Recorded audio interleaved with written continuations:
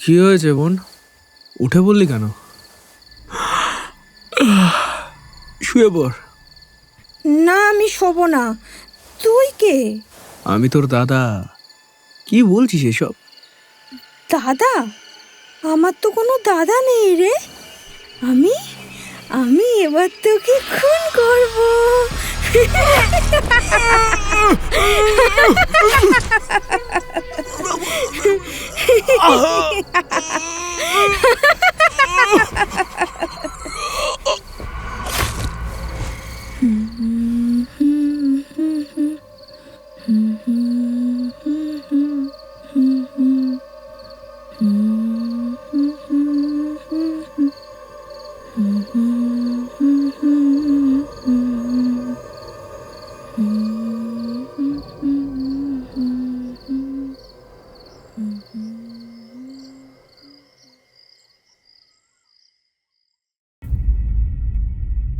Hello everyone, আমি শুভ্রজ্যোতি আর আপনারা শুনছেন থ্রিলার নাইট, বাংলা সাহিত্যের নতুন ঠিকানা। আজ আমাদের নিবেদন প্রখ্যাত সাহিত্যিক শ্রী বিভূতিভূষণ বন্দ্যোপাধ্যায়ের লেখা তিরলের পালা। গল্প পাঠে আজ রয়েছি আমি। পূর্ণিমার চরিত্রে রয়েছে তৃণা মণ্ডল, দাদার চরিত্রে রয়েছে দ্রোণবীর রায় এবং অন্যান্য চরিত্রে আমি, দ্রোণবীর এবং রনিত। তাহলে শুরু করা যাক।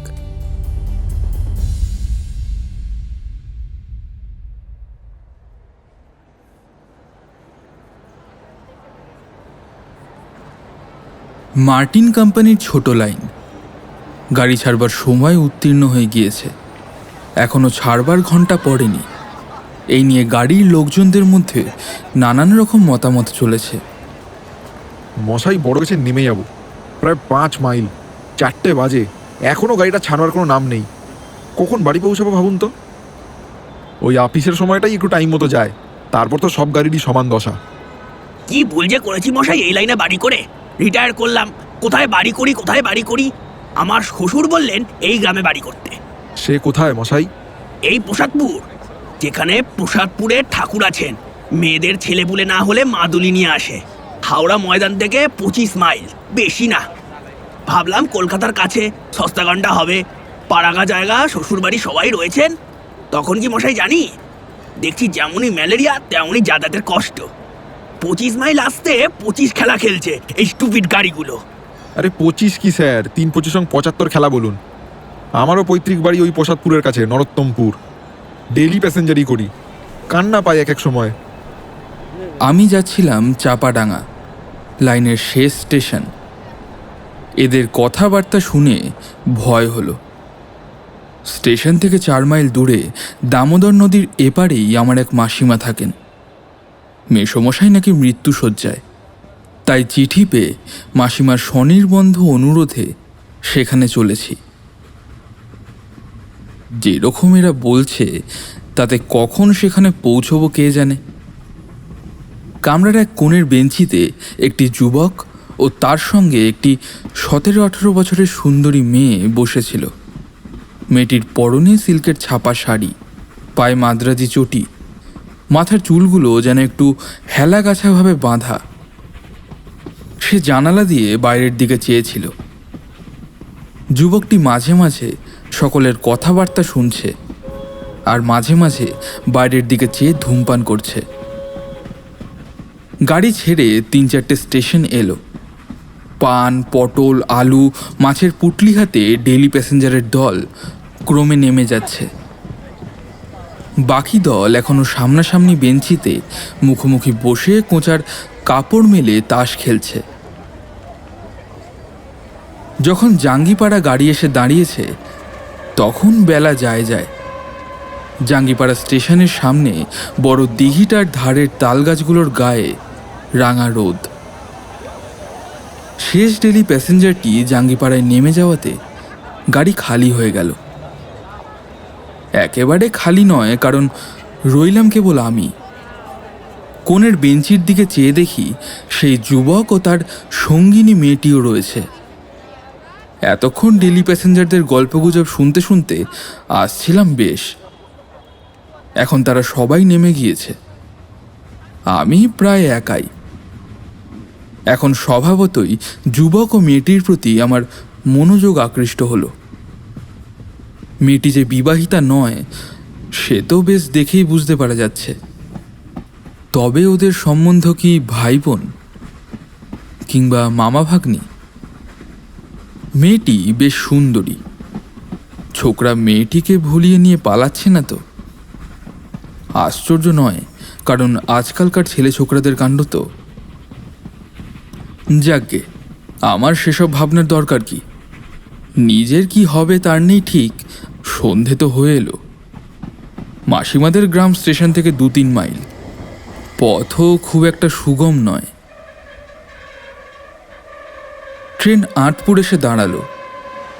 জাঙ্গিপাড়ার পরের স্টেশন। তারপর ছাড়ল। বড় বড় ফাঁকা রাত দেশের মাঠে সন্ধ্যা নেমে আসছে। লাইনের ধারে ক্ষুদ্র ক্ষুদ্র চাষা গাঁ, লাউলতা চালে উঠেছে। একটা ছোট গ্রাম্য হাট ভেঙে লোকজন ধামা চ্যাঙারি মাথায় ফিরছে। আবার মাঠ। জাম গাছের মাথায় কালো বাদুড় উড়ে এসে বসেছে। খালের ধারে মশাল জেলে জেলেরা মাছ ধরবার চেষ্টা করছে। আবার সহযাত্রীদের দিকে চাইলাম। দুজনে পাশাপাশি বসে আছে, কিন্তু দুজনেই জানলার বাইরে চেয়ে রয়েছে। একটা কথাও শুনলাম না ওদের মধ্যে। ছেলেটা মেয়েটাকে নিয়ে পালাতে পালাতে দুজনের মধ্যে ঝগড়া হয়েছে বোধহয়। বেশ সুন্দর চেহারা দুজনেরই।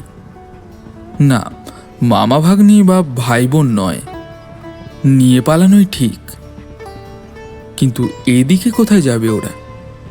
মার্টিন কোম্পানির ছোট লাইন তো আর 2টো স্টেশন গিয়ে রাতদেশের অজপাড়াগা আর দিগন্তব্যাপী মাঠের মধ্যে শেষ হয়েছে। এ দুটি শৌখিন পোশাক পরা তরুণ তরুণীর পক্ষে সে অঞ্চল নিতান্তই খাপছাড়া ও অনুপযোগী। যাকগে, আমার কেন ওসব ভাবনা। পিয়াসারা স্টেশনের সিগন্যালের সবুজ আলো দেখা দিয়েছে। সামনে ভয়ানক অন্ধকার রাত্রি। নিতান্ত দুর্ভাবনায় পড়ে গেলাম। রাতদেশের মাঠের ওপর দিয়ে রাস্তা, সঙ্গে ব্যাগে কিছু টাকা কড়িও আছে। শুনেছি হুগলি জেলার এদিকে চুরি ডাকাতি নাকি অত্যন্ত বেশি। মেসোমশাইয়ের চিকিৎসার জন্য মাসিমা কিছু টাকার দরকার বলে লিখেছিলেন। মাই টাকাটা দিয়েছে। ধনে প্রাণে না মারা পড়ি শেষকালে। হঠাৎ আমার সহযাত্রী যুবকটি আমার দিকে চেয়ে বলল, চাপাডাঙ্গা স্টেশন থেকে নদীটা কত দূরে বলতে পারবেন স্যার? নদী প্রায় 1/2 মাইল। নৌকা পাওয়া যায় খেয়ার? হ্যাঁ, এখন নদীতে জল কম, নৌকাও আছে বোধহয়। যুবকটি আর কোনো কথা না বলে আবার বাইরের দিকে চেয়ে রইল। আমার অত্যন্ত কৌতূহল হলো। একবার জিজ্ঞেস করে দেখি না ওরা কোথায় যাবে। কিন্তু ওদের দিক থেকে কোনো কথাবার্তার ভরসা না পেয়ে চুপ করে রইলাম। পিয়াসারা স্টেশনে এসে গাড়ি দাঁড়ালো।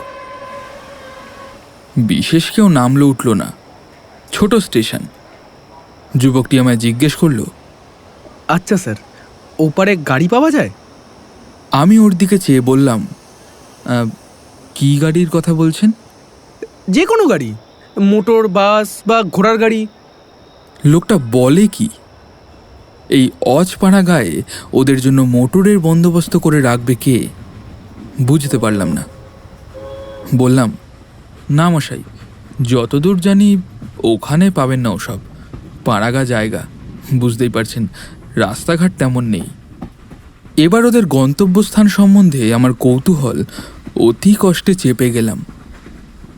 কিন্তু যুবকটি পর মুহূর্তেই আমার সেই কৌতূহল মেটাবার পথ পরিষ্কার করে দিল। জিজ্ঞেস করলো, ওখান থেকে তিরোল কতদূর বলতে পারবেন স্যার? অত্যন্ত আশ্চর্য হয়ে ওর মুখের দিকে চাইলাম। তিরল যাবেন নাকি? সে তো অনেক দূর বলে শুনেছি। আসলে আমিও এই দেশে নতুন, ঠিক বলতে পারবো না, তবে 5-6 ক্রোশের কম তো নয়। যুবকের মুখে উদ্বেগ ও চিন্তার রেখা ফুটে উঠল। আমার দিকে একটু এগিয়ে বসে বলল, যদি কিছু মনে না করেন স্যার, একটা কথা বলবো। তবে ইলোপমেন্টই হবে, যা আন্দাজ করেছিলাম। কিন্তু তিরলে কেন? সেখানে তো লোকে যায় অন্য উদ্দেশ্যে। বললাম, হ্যাঁ বলুন না। যুবকটি মেয়েটির দিকে আঙুল দিয়ে দেখিয়ে গলার সুর নামিয়ে বলল, ওকেই নিয়ে যাচ্ছি তিরলে, পাগলাকালির বালা আনতে, ওরই জন্য। আমার বোন, কাল অমাবস্যা আছে, কাল বালা পড়া নিয়ম। মেয়েটি কি? চুপ করে আছে এখন প্রায় 2 মাস, কিন্তু যখন ক্ষেপে ওঠে তখন ভীষণ হয়ে ওঠে, সামনে রাখা কঠিন। এত রাত যে হবে বুঝতে পারিনি। সবাই বলছিল স্টেশন থেকে বেশি দূরে নয়। আপনারা আসছেন কোত্থেকে? অনেক দূর থেকে স্যার, ধানবাদের কাছে। এই দিকের খবর কিছুই জানি নে, লোক যেমন বলছে তেমনই শুনছি। কি করি এখন? বিদেশ বিভূই জায়গা, বড় বিপদে পড়ে গেলাম। চুপ করে ব্যাপারটা বোঝার চেষ্টা করলাম। ছেলেটা বিপদে পড়ে গেছে বেশ। ওর কথা শোনার পর থেকে মেয়েটির দিকে চেয়ে দেখছি। চমৎকার দেখতে মেয়েটি, ধবধবে ফর্সা রং, বড় বড় চোখ, ঠোঁটের 2টি প্রান্তের ওপর দিকে কেমন একটু বাঁকানো, তাতে মুখশ্রী যেন আরও সুন্দর দেখাচ্ছে।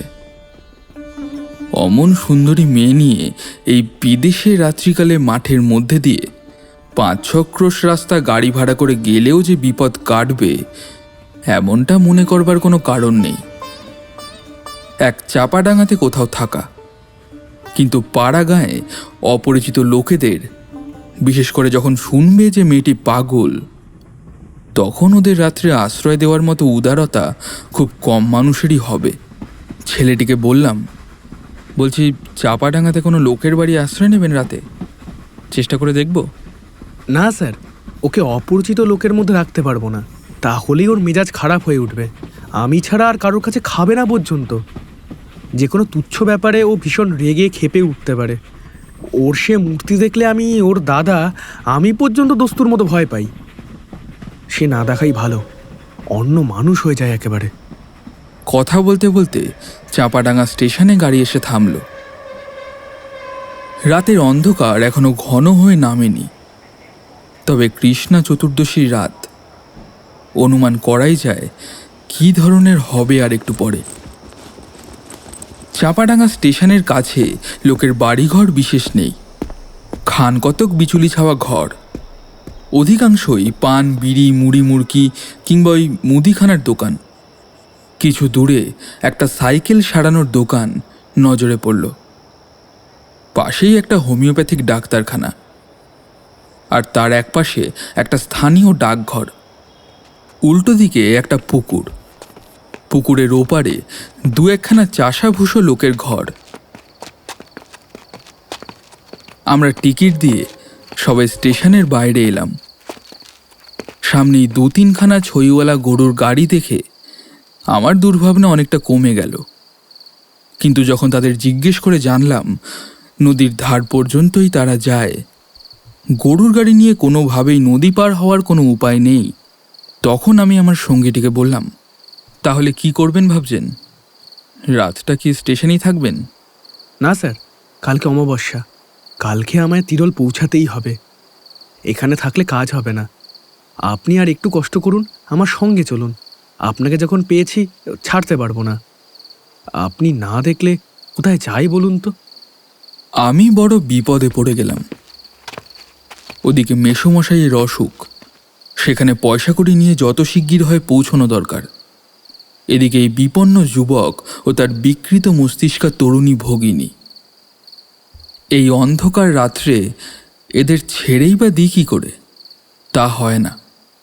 মেসোমশাইয়ের অদৃষ্টে যাই ঘটুক, এদের সঙ্গে আমায় যেতেই হবে। গরুর গাড়ির গাড়োয়ানরা কিন্তু ভরসা দিল। তিরলের বাধা রাস্তা বাবু, নদী পেরিয়ে গাড়ি পাওয়া যায়, একটু খোঁজ করলে পাল্টিও পেতে পারেন। হরদম লোক যাচ্ছে সেখানে, ভয়ভীতি কিছুই নেই। নদীর খেয়া থেকে বড় জোর 2 ঘন্টার রাস্তা। নদীর ধার পর্যন্ত একখানা ছইওয়ালা গরুর গাড়িতে আমরা 3 জন এলাম। সারা ট্রেনে মেয়েটি কথা বলেনি, অন্তত আমি শুনিনি। 6 ছইয়ের মধ্যে বসে সে প্রথম কথা বলল। ছেলেটির দিকে চেয়ে বলল, দাদা, আমার শীত করছে। তোমার শীত করছে না? সুন্দর গলার স্বর যেন সেতারে ঝংকার দিয়ে উঠল। আমি সহানুভূতির চোখে তরুণীর দিকে চাইলাম। আহা, এমন সুন্দরী মেয়েটি কি অদৃষ্ট নিয়েই না জন্মেছে। বললাম, শীত করতে পারে, নদীর হাওয়া বইছে তো, সঙ্গে কিছু আছে গায়ে দেওয়ার? না, গায়ে দেওয়ার কিছু তো আনিনি। বিছানার চাদরখানা পেতে গাড়িতে বসেছিলাম, ওখানেই গায়ে দে। এটা কি নদী দাদা? বেশ স্বাভাবিক সুরে সহজ ধরনের কথাবার্তা। এটা দামোদর। মেয়েটি এবার আমার দিকে মুখ ফিরিয়ে বলল, বল্লভপুরে যে দামোদর? আমি জানি, খুব বড় নদী। না দাদা, ছেলেবেলায় দেখেছি। ছেলেটি আমায় বলল, দামোদরের ধারে বল্লভপুর বলে গ্রাম, বর্ধমান জেলায়। সেখানে আমাদের মামা বাড়ি। পূর্ণিমা মানে আমার এই বোন সেখানে দুবার গিয়েছিল ছোটবেলায়। তারপর খেয়ায় নদী পার হওয়ার সময় পূর্ণিমা ওর দাদাকে বলল, ভয় করছে দাদা, ডুবে যাব না তো? ও দাদা, নৌকো দুলছে যে। ডুবে যাবি কেন? চুপ করে বসে থাক। দুলছে তাই কি? ওপারে গিয়ে দেখি গাড়ি ঘোড়া তো দূরের কথা, একটা মানুষ পর্যন্ত নেই। খেয়ার মাঝি লোকটা ভালো। সে আমাদের অবস্থা দেখে বলল, দাঁড়ান বাবু মশাইরা, শামকুড়ের গোয়ালপাড়ায় গরুর গাড়ি পাওয়া যায়, আমি ডেকে দিচ্ছি, আপনারা নৌকাতে বসুন। পূর্ণিমা বলল, দাদা, কিছু খাবে না? খাবার রয়েছে তো। পরে আমার দিকে চেয়ে বলল, আপনিও খান, অনেক খাবার আছে। হ্যাঁ হ্যাঁ, দে না, ওনাকে দে। তুইও খা। কিছুই তো খাসনি, পৌঁছতে অনেক রাত হয়ে যাবে। পূর্ণিমা একটা ছোট পুঁটুলি থেকে আমাদের সবাইকে লুচি, পটল ভাজা, আলুর চচ্চড়ি ও মিহিদানা পরিবেশন করে দিল। দেখ তো দাদা, মিহিদানা খারাপ হয়ে যায়নি তো? এ কোথাকার মিহিদানা? বর্ধমান থেকে কেনা, আসবার সময় কিনেছিলাম। খারাপ হয়নি তো? একটু দেখুন তো মুখে দিয়ে। আজ যখন বাড়ি থেকে বেরিয়েছিলাম তখনও ভাবিনি এমন একটি সন্ধ্যের কথা। ভাবিনি যে দামোদর নদীর ওপর নৌকোতে বসে একটি অপরিচিত যুবক ও একটি অপরিচিত তরুণীর সঙ্গে একসঙ্গে বসে খাবার খাবো।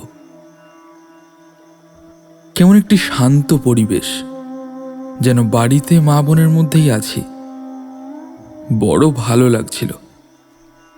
এমন সময় গরুর গাড়ি নিয়ে খেয়ার মাঝি ঘাটের ধারে দামোদরের বিস্তৃত বালির চরে এসে হাজির হলো। তিরল যাওয়ার ভাড়া ধার্য করে আমরা গাড়িতে উঠে পড়লাম। খেয়ার মাঝিকে তার পরিশ্রমের জন্য কিছু বকশিস দেওয়াও বাদ গেল না। গাড়োয়ান বলল, বাবু, বড় ভুল হয়ে গিয়েছে। বাড়ি থেকে তো আমাকে টিনটা নেওয়া হয়নি। গাড়ি গায়ের মধ্যে দিয়ে একটু ঘুরিয়ে নিয়ে যাই, বেশি দেরি হবে না বাবু। শামকুর গ্রামের মধ্যে গাড়ি ঢুকল। আমবাগান, বাঁশবাগান, লোকের বাড়ি ঘরের পেছন দিয়ে রাস্তা। ঘরের দাওয়ায় মেয়েরা রান্না করছে। তারপর আবার মাঠ, আখের ক্ষেত, পাট ক্ষেত। মাঠের মধ্যে দিয়ে চওড়া সাদা রাস্তা আমাদের সামনে বহুদূর চলে গিয়েছে। রাঢ় দেশের মাঠ, বন জঙ্গল খুব কম। এখানে ওখানে মাঝে মাঝে দু চারটে কলা গাছ ছাড়া। পূর্ণিমা আমায় বলল, আপনার মাসিমার বাড়ি এখান থেকে কত দূর হবে? সে তো এদিকে নয়, দামোদরের ওপারে। স্টেশনের ওই পূর্ব দিকের যে রাস্তা, ওই রাস্তা দিয়ে প্রায় 2 ক্রোশ মতন যেতে হয়। আপনাকে আমরা অনেক কষ্ট দিলাম, কিছু মনে করবেন না। না না, কি আর কষ্ট। আপনাদের কাজ শেষ হয়ে গেলে কাল আপনাদের গাড়িতে তুলে দিয়ে তারপর না হয় যাব। কি আর কষ্ট না, আমাদের কাজ শেষ হলে আমাদের গাড়িতে তুলে দিয়ে গেলেই হবে। পূর্ণিমা মুখে আঁচল দিয়ে ছেলে মানুষই হাসির ফোয়ারা ছুটিয়ে দিল হঠাৎ। ওর হাসির অদ্ভুত ধরনের উচ্ছ্বাস ও সৌন্দর্য আমাকে বড়ই মুগ্ধ করল। এমন হাসি আমি কোনোদিন কাউকে হাসতে দেখিনি। কিন্তু সঙ্গে সঙ্গেই মনে হলো এ যেন এক অপ্রকৃতিস্থের হাসি। স্থির মস্তিষ্কের মেয়ে হলে এই ধরনের হাসি হাসত না, অন্তত এই জায়গায় আর এই অবস্থায় তো নয়। হঠাৎ ওর দাদা অন্ধকারের মধ্যে আমার গা টিপল।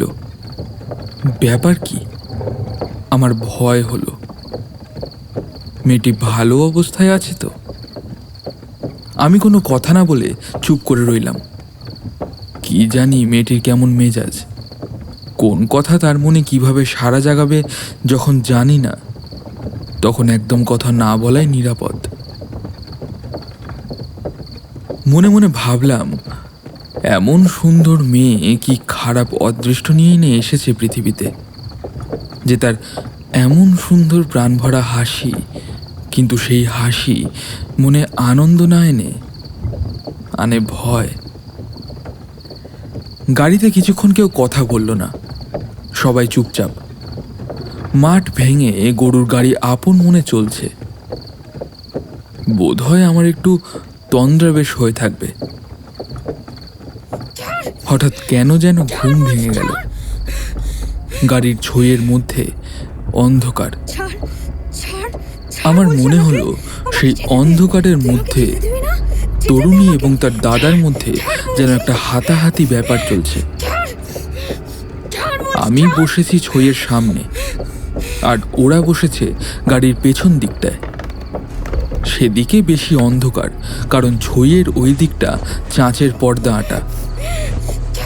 আমি পেছন ফিরে চাইলাম ওদের দিকে, কিন্তু কোনো কথা বলার পূর্বেই যুবকটি চাপা উদ্বেগের সুরে বলল, ধরুন, ওকে ধরুন, ও গাড়ি থেকে নেমে পড়তে চাইছে। আমি হতভম্ব হয়ে মেয়েটির গায়ে কি করে হাত দেব ভাবছি, এমন সময় যুবকটি বেদনার্ত কণ্ঠে চেঁচিয়ে উঠল, কামড়ে দিয়েছে হাতে, ধরবেন না, ধরবেন না, ধরবেন না। ততক্ষণে গাড়োয়ান গাড়ি থামিয়ে ফেলেছে। আমাদের দিকে চেয়ে বলল, কি বাবু, কি হয়েছে? গাড়োয়ানের কথার উত্তর দেওয়ার সময় বা সুযোগ তখন আমার নেই, কারণ মেয়েটি আমায় ঠেলে বাইরের দিকে আসতে চাইছে অন্ধকারের মধ্যে। ওর চুল ধরুন, গায়ে হাত দেবেন না, কামড়ে দেবে। কিন্তু আমি বাধা দেওয়ার পূর্বেই মেয়েটি আমাকে ঠেলে গরুর গাড়ির সামনের দিকে গিয়ে পৌঁছলো এবং গাড়ি থেকে লাফ দিয়ে পড়ল রাস্তায়। হতভম্ব গাড়োয়ান গরুর কাঁধ থেকে জোয়াল নামাবার পূর্বেই আমি ও মেয়েটির দাদা দুজনেই গাড়ি থেকে লাফিয়ে পড়লাম। মাঠের মধ্যে অন্ধকার অতটা নিবিড় নয়, কিন্তু মেয়েটির কোনো পাত্তা কোনো দিকে পাওয়া গেল না। আমার বুদ্ধিশুদ্ধি সব লোপ পেয়েছে, এবং বোধহয় মেয়েটির দাদারও। এই সময় কিন্তু আমাদের গাড়োয়ান যথেষ্ট সাহস ও উপস্থিত বুদ্ধির পরিচয় দিল। সে ততক্ষণে ব্যাপারটা আন্দাজ করতে পেরেছে। তিরল যারা যায় তাদের মধ্যে কেউ না কেউ যে অপ্রকৃতিস্থ থাকবেই, এ তথ্য তাদের অজানা নয়। তবে আমাদের তিনজনের মধ্যে কে সেই লোক, এটাই বোধহয় এতক্ষণ ঠাউর করতে পারেনি। গাড়োয়ান তাড়াতাড়ি বলল, বাবু, শিগগির চলুন, কাছেই পাতিহালের খাল, সেদিকে না চলে যায়। টিপকলের আলোটা জ্বালুন। এমন হতভম্ব হয়ে গিয়েছি আমরা যে যুবকের পকেটে টর্চ রয়েছে সে কথা দুজনের কারোরই মনে নেই। সবাই ছুটলাম গাড়োয়ানের পেছন পেছন। প্রায় 200 আন্দাজ পথ ছুটে যাওয়ার পরে একটা সরু খালের ধারে পৌঁছালাম। তার দুই পারে নিবিড় কষার ঝাড়। তন্ন তন্ন করে ঝোপঝাড়ের আড়ালে খুঁজে চিৎকার করে ডাকাডাকি করেও কোনো সাড়া পাওয়া গেল না পূর্ণিমার। সব ব্যাপারটা এত অল্প সময়ের মধ্যে ঘটে গেল যে এতক্ষণে ভেবে দেখার অবকাশও পাইনি যে জিনিসটার গুরুত্ব ঠিক কতখানি, বা এ থেকে ঠিক কি ঘটতে পারে। পূর্ণিমার দাদা প্রায় কাঁদো কাঁদো সুরে বলল, আর কোনো দিকে কোনো জলা আছে? না বাবু, কাছে পিঠে আর জলা নেই, তবে খালের ধারে আপনাদের মধ্যে একজন দাঁড়িয়ে থাকুন, আমরা বাকি দুজন বরং অন্যদিকে যাই। আমি খালের ধারে রইলাম, কারণ যুবকটি একলা অন্ধকারে যতদূর বুঝলাম দাঁড়িয়ে থাকতে রাজি নয়। ওরা চলে গেল অন্যদিকে। তবে আমার মুশকিল হলো এই যে সঙ্গে একটা দেশলাই পর্যন্ত নেই। এই কৃষ্ণা চতুর্দশী রাত্রের অন্ধকারে একা মাঠের মধ্যে কতক্ষণ দাঁড়িয়ে থাকতে হয় কি জানি। সেখানে কতক্ষণ ছিলাম জানি না, ঘণ্টাখানেক বোধহয় হবে। এমন সময় দূরে আলো দেখা গেল, আর তারপর গরুর গাড়ির গাড়োয়ানের গলা শুনলাম। বাবু, ও বাবু, কোথায় গেলেন? হ্যাঁ, এই তো আমি এখানে। আমার সাড়া পেয়ে ওরা আমার কাছে এগিয়ে এলো, গাড়োয়ানের সঙ্গে কয়েকটি গ্রাম্য লোক, ওদের হাতে একটি হেরিকেন লণ্ঠন। ব্যস্তভাবে বললাম, কি হলো, পাওয়া গেছে? যার হাতে লণ্ঠন ছিল সেই লোকটা বলল, চলেন বাবু, সব রয়েছেন তেনারা আমার বাড়িতে। আমি বাবু গোয়াল ঘরে গরুদের চাপ কেটে দিতে ঢুকেছি, দেখি গোয়াল ঘরের একপাশে একটা পরমা সুন্দরী স্ত্রী লোক। তখন আমি তো চমকে উঠেছি বাবু, এ কি? তারপর বাড়ির লোক এসে পড়ল, তারপর এনারা গিয়ে পড়লেন। তাদের আমরা বাড়িতে বসিয়ে আপনার খোঁজ করতে বেরুলুম। অন্ধকারের মধ্যে ভদ্রলোকের ছেলের একই কষ্ট। চলুন গরিবের ঘরে, দুটো ডাল ভাত রান্না করে খান। দিদি ঠাকুরনের মাথাটা যদি ভালো হতো, দিদি ঠাকুরন একেবারে লক্ষ্মীর পিটিম। আমাদের বাড়িতে তার পায়ের ধুলো পড়েছে। আপনারা সবাই ব্রাহ্মণ শুনলাম, কতকালের ভাগ্যি আমাদের। এই দুটো ভাত সেবা করে আজ রাতে শুয়ে থাকুন, কাল ভোরে আমি আমার গাড়িতে তিরোল পৌঁছে দেবো আপনাদের। গ্রামের মধ্যে লোকটার বাড়ি গিয়ে পৌঁছালাম। বাড়িটার কথা এখানে একটু ভালো করে বর্ণনা করা দরকার, কারণ এর পরবর্তী ঘটনার সঙ্গে এই বাড়ির অতি ঘনিষ্ঠ সম্বন্ধ। একবার ভাবি, সেই রাত্রে যদি সেখানে থাকবার প্রস্তাবে রাজি না হয়ে ওদের নিয়ে সোজাসুজি তিরোল চলে যেতাম, তাহলেই হয়তো এত সব কিছু ঘটতো না। আসলে নিয়তি যাকে যেখানে টানে, তিরোল গেলেই কি নিয়তির হাত থেকে উদ্ধার পাওয়া যেত? মনে হয় না। বাড়িটা ওদেশের চলন মতো মাটির দেওয়াল বিচুলিতে ছাওয়া।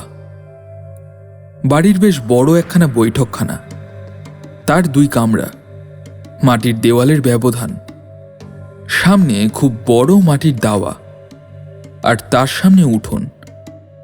উঠোনের পশ্চিম ধারে ছোট একটা ঘাট বাঁধানো পুকুর। বৈঠকখানার 2 কামরার মধ্যে যেটা ছোট, সেটার পেছনের দোর খুলে কিন্তু বাইরের উঠোনে আসা যায় না। সেটি অন্তঃপুরের যাতায়াতের পথ। গৃহস্বামীর নাম রসিকলাল ধারা, জাতিতে কৈবর্ত, সুতরাং তাদের রাধা ভাত আমাদের চলবে না। রসিকলালের একান্ত অনুরোধে আমরা রান্না করতে রাজি হলাম। জিনিসপত্র, দুধ, শাকসবজি 6 জনের উপযোগী এসে পড়ল। তবে আশ্চর্যের বিষয় এই যে রান্না কিন্তু সম্পূর্ণ করল পূর্ণিমা আবার সেই আগেকার শান্ত স্বাভাবিক মূর্তি ধরেছে। তার কথাবার্তা, রান্নার কৌশল, সহজ ব্যবহার দেখে কেউ বলতেও পারবে না যে কিছুক্ষণ আগে গাড়ি থেকে লাফ দিয়ে পালিয়েছে। খেতে বসার কিছুক্ষণ আগে পূর্ণিমা যেখানে রাঁধছে, সেখানে উঁকি মেরে দেখি গ্রামের অনেক মেয়ে ওকে দেখতে এসেছে। নানা রকম কথাবার্তা জিজ্ঞেস করছে। বুঝলাম পূর্ণিমার কাহিনী গ্রামময় রটে গিয়েছে। রাত 11টা প্রায় বাজে। পূর্ণিমা এসে আমাদের ডেকে নিয়ে গেল খেতে। আমি বললাম, কি পূর্ণিমা, সকলের সঙ্গে আলাপ হলো? ওরা সব কেন এসেছে জানেন?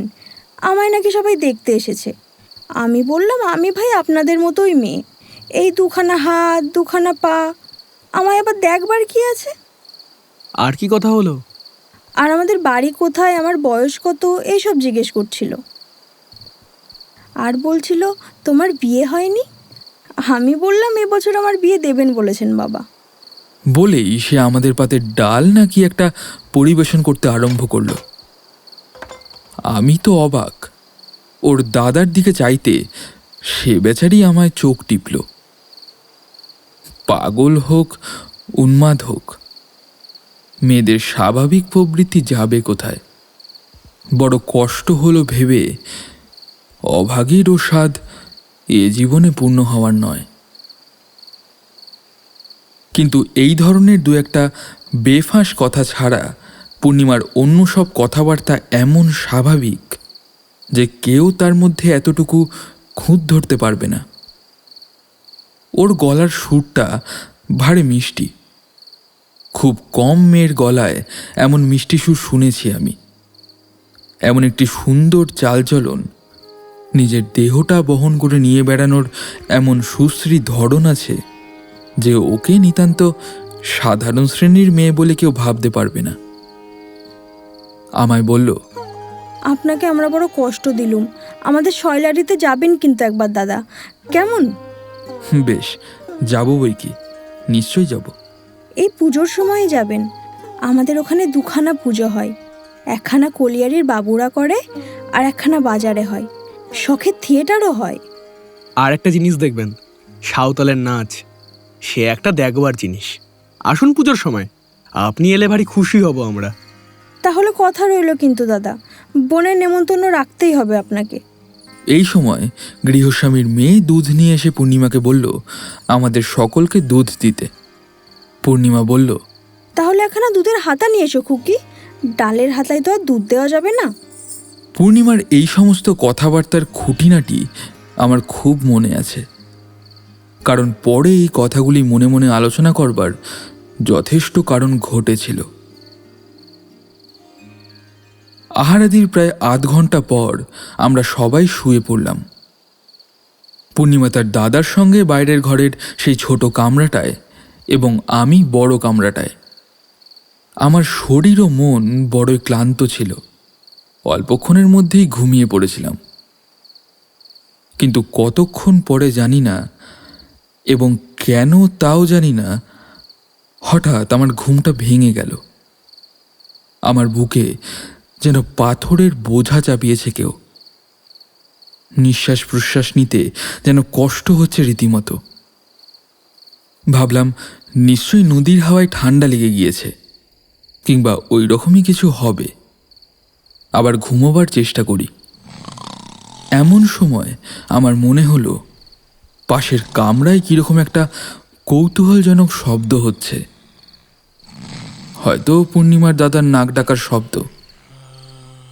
অদ্ভুত রকমের নাক ডাকা বটে, যেন গোঙানি বা কাতরানির শব্দের মতো। কি হয়েছে বোন, উঠে বললি কেন? শুয়ে পড়। না, আমি শোবো না। তুই কে? আমি তোর দাদা। কি বলছিস এসব? দাদা? আমার তো কোনো দাদা নেই রে। আমি আমি এবার তোকে খুন করব।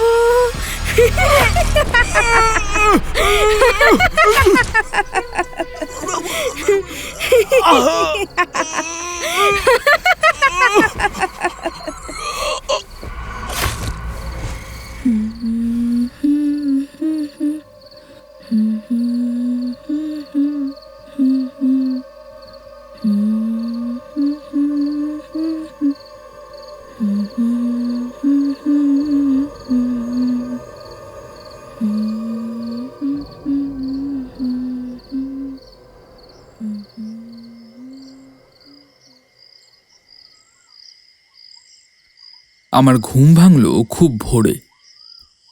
পাশের কামরার দৌড় তখনও বন্ধ। আমি উঠে হাত মুখ ধুয়ে মাঠের দিকে বেড়াতে গেলাম। আধ ঘন্টা বেড়ানোর পর ফিরে এসে দেখি তখনও ওরা কেউ ওঠেনি, এমনকি বাড়ির লোকও না। আরও আধ ঘন্টা পরে গৃহস্বামী রসিক ধারা উঠে বাইরের ঘরের দাওয়া এসে বসল। আমায় বলল, ঘুমোলেন কেমন বাবু? মশা কামড়ায়নি? এরা এখনো ঘুমোচ্ছে বুঝি? রসিকের সঙ্গে কিছুক্ষণ চাষবাসের গল্প করলাম। তারপর সে উঠে কোথাও বেরিয়ে গেল। এদিকে প্রায় 8টা বাজল। তখনও পূর্ণিমা বা তার দাদার ঘুম ভাঙেনি। 8:30টার সময় রসিক ফিরে এলো। গ্রীষ্মকাল, 8:30 মানে দস্তুর মতো বেলা। খুব রোদ উঠে গিয়েছে চারিধারে। রসিক আবার জিজ্ঞেস করলো, এরা এখনো ওঠেনি? কই, না ওঠেনি তো। গরমে সারা রাত ঘুম হয়নি বোধহয়, ভোরের দিকে ঘুমিয়েছে আর কি। আমার মনে খানিক সন্দেহ হলো। বেলা 9টার সময়ও যখন ওদের সারা শব্দ শোনা গেল না, তখন আমি দরজায় ঘা দিলাম। ঘরের মধ্যে মানুষ আছে বলেই মনে হলো না। তখন বাধ্য হয়ে আমি পশ্চিম দিকের ছোট জানালাটা দিয়ে উঁকি মেরে দেখতে গেলাম। ঘরের মধ্যে একটি মেয়ে নিদ্রিতা। এই অবস্থায় জানলা দিয়ে চেয়ে দেখতে খানিক দ্বিধাবোধ করছিলাম, কিন্তু একবার দেখাটা দরকার, ব্যাপার কি ওদের। তবে জানালা দিয়ে চেয়ে যা দেখলাম তাতে আমি চিৎকার করে উঠেছিলাম বোধহয়, ঠিক বলতে পারি না। কারণ আমারও কিছুক্ষণের জন্য বুদ্ধি লোপ পেয়েছিল। কি যে ঘটেছে কি না ঘটেছে আমার খেয়াল ছিল না। প্রথমেই আমার চোখে পড়ল, ঘরে এত রক্ত কেন? চোখে ভুল দেখলাম নাকি? কিন্তু পর মুহূর্তেই আর সন্দেহের অবকাশ রইল না। ঘরে একখানা চৌকি পাতা। পূর্ণিমার দাদা চৌকির উপরকার বিছানায় উপর হয়ে কেমন এক অস্বাভাবিক ভঙ্গিতে শুয়ে আছে। বিছানা রক্তে ভাসছে, মেঝেতে রক্ত গড়িয়ে পড়ে মেঝে ভাসছে, আর পূর্ণিমা দেওয়ালের ধারে মেঝের ওপর পড়ে আছে। জীবিতা কি মৃতা ঠিক বুঝতে পারলাম না। একটা পাশবালিশ চৌকির ওপর থেকে যেন ছিটকে পূর্ণিমার দেহের কাছে পড়ে, সেটাও রক্ত মাখা। আমার চিৎকার অনেক দূর থেকে শোনা গিয়েছিল নাকি? লোকজন চারিধারে থেকে এসে পড়ল। আমার জ্ঞান ছিল না। মাথায় জল টল দিয়ে আমায় সকলে চাঙ্গা করে প্রায় 10-15 মিনিট পরে। এদিকে দরজা ভেঙে সকলে ঘরে ঢুকল। তারা দেখল পূর্ণিমার দাদার গলায়, কাঁধে ও হাতে সাংঘাতিক কোপের দাগ। আগের রাতে কুটনো কোটার জন্য একখানা বুড়ো বঁটি গৃহস্থেরা দিয়েছিল, সেখানা রক্তমাখা অবস্থায় বিছানার ওপাশে পড়ে। পূর্ণিমার শাড়ি ব্লাউজে কিন্তু খুব বেশি রক্ত নেই, কেবল শাড়ির সামনের দিকটাতে যেন ছিটকে লাগা রক্ত খানিকটা। হতভাগিনী রাত্রে কোনো এক সময় এই বীভৎস কাণ্ড ঘটিয়েছে। নিজের হাতে নিজের ভাইকে খুন করে ঘরের মেঝেতে অঘরে নিদ্রায় অভিভূতা দিব্যি শান্ত নিশ্চিন্তভাবে ঘুমোচ্ছে। আমার যখন জ্ঞান হয়ে ঘরে ঢুকেছি তখনও ঘুমোচ্ছে। ঘুমন্ত অবস্থায় ওকে ভারী সুন্দর দেখাচ্ছে। আরও ছেলে মানুষ, নিষ্পাপ সরলা বালিকার মতো। নারীর প্রলয়ঙ্করী ধ্বংসমূর্তি সেই ভয়ানক প্রভাতে এক মুহূর্তে আমার চোখের সামনে ফুটে উঠল। পলকে যে প্রলয় ঘটায়, এক হাতে দেয় প্রেম, অন্য হাতে আনে মৃত্যু। এক হাতে তার খড়গ, আর অন্য হাতে বড়া ভয়। অতঃপর যা ঘটবার তাই ঘটল। পাড়ার লোক, গ্রামের লোক ভেঙে পড়ল। পুলিশ এলো। আমি মেয়েটির অবস্থা সম্বন্ধে যা জানি খুলে বললাম। তাদের জেরার প্রশ্ন উত্তর দিতে দিতে আমার মনে হলো হয়তোবা আমিই পূর্ণিমার দাদাকে খুন করে থাকব। ঘুমন্ত মেয়েটির পাশ দিয়ে ওর দাদার মৃতদেহ সরানোর ব্যবস্থা আমিই করে দিলাম। মৃতের সকল চিহ্ন, রক্তাক্ত বস্ত্র, বটি, বিছানা সব। উন্মত্ততায় ঘুম সহজে ভাঙেনি, তাই রক্ষে। দুপুর পর্যন্ত পূর্ণিমার নিরুদ্বেগে ঘুমোলো। পুলিশকেও কষ্ট করে ওর ঘুম ভাঙাতে হলো। আমি ওর পাশে দাঁড়ালাম এই ঘোর অন্ধকার রাত্রে। অসহায় উন্মাদিনীর আর কে ছিল সেখানে? যদিও ওর অবস্থা দেখে চোখে জল ফেলেনি এমন লোক সে অঞ্চলে ছিল না। কি মেয়ে, কি পুরুষ! এমনকি থানার মুসলমান দারোগাবাবু পর্যন্ত। সয়লাডি কলিয়ারিতে টেলিগ্রাম করা হলো। ওর বাবা এলেন, তার সঙ্গে এলেন তার 3টি বন্ধু। ওদের মুখেই প্রথম শুনলুম যে পূর্ণিমা বিবাহিতা, পাগল বলে স্বামী নেয় না। সে কখনো জানে যে সে বিবাহিতা, আবার কখনো ভুলে যায়।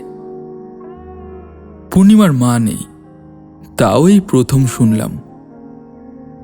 ভদ্রবংশের ব্যাপার, এই নিয়ে খুব গোলমাল যাতে না হয় শুরু থেকেই তার ব্যবস্থা করা হলো।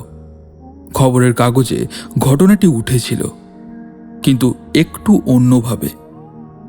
কয়েকটি প্রভাবশালী লোকের সহানুভূতি লাভ করার দরুন ব্যাপারের জটিলতার হাত থেকে আমরা অপেক্ষাকৃত সহজেই রেহাই পেলাম। পূর্ণিমাকে রাঁচি উন্মাদ আশ্রমে দেওয়ার ব্যবস্থা হলো। ওর বাবাও দেখলাম ওকে আর বাড়ি নিয়ে যেতে রাজি নয়। শ্রীরামপুর কোর্টের প্রাঙ্গণ থেকে ওকে মোটরে সোজা আনা হলো হাওড়া। হাওড়া থেকে রাঁচি এক্সপ্রেসে যখন ওঠানো হচ্ছে, তখন একগাল হেসেও আমার দিকে চেয়ে বলল, দাদা আমাদের শয়লাটিতে আসবেন কিন্তু একদিন, মনে থাকবে তো? ওর বাবাকে বলল, দাদা কোথায় বাবা? দাদাকে দেখছি না। দাদার কাছে আমার কানের দুল দুটো খোলা রয়েছে, কান বড্ড ন্যাড়া ন্যাড়া দেখাচ্ছে।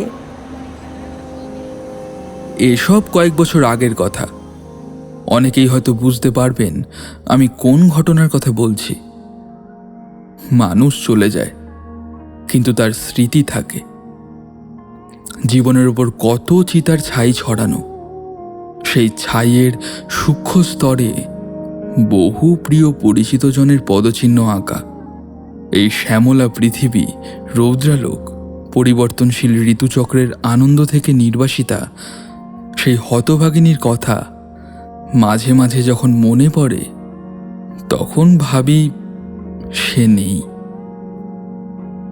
এতদিনের রাঁচির উন্মাদ আশ্রমে হয়তো তার অভিশপ্ত জীবনের অবসান হয়ে গেছে। ভগবান আর ওকে কতকাল কষ্ট দেবেন।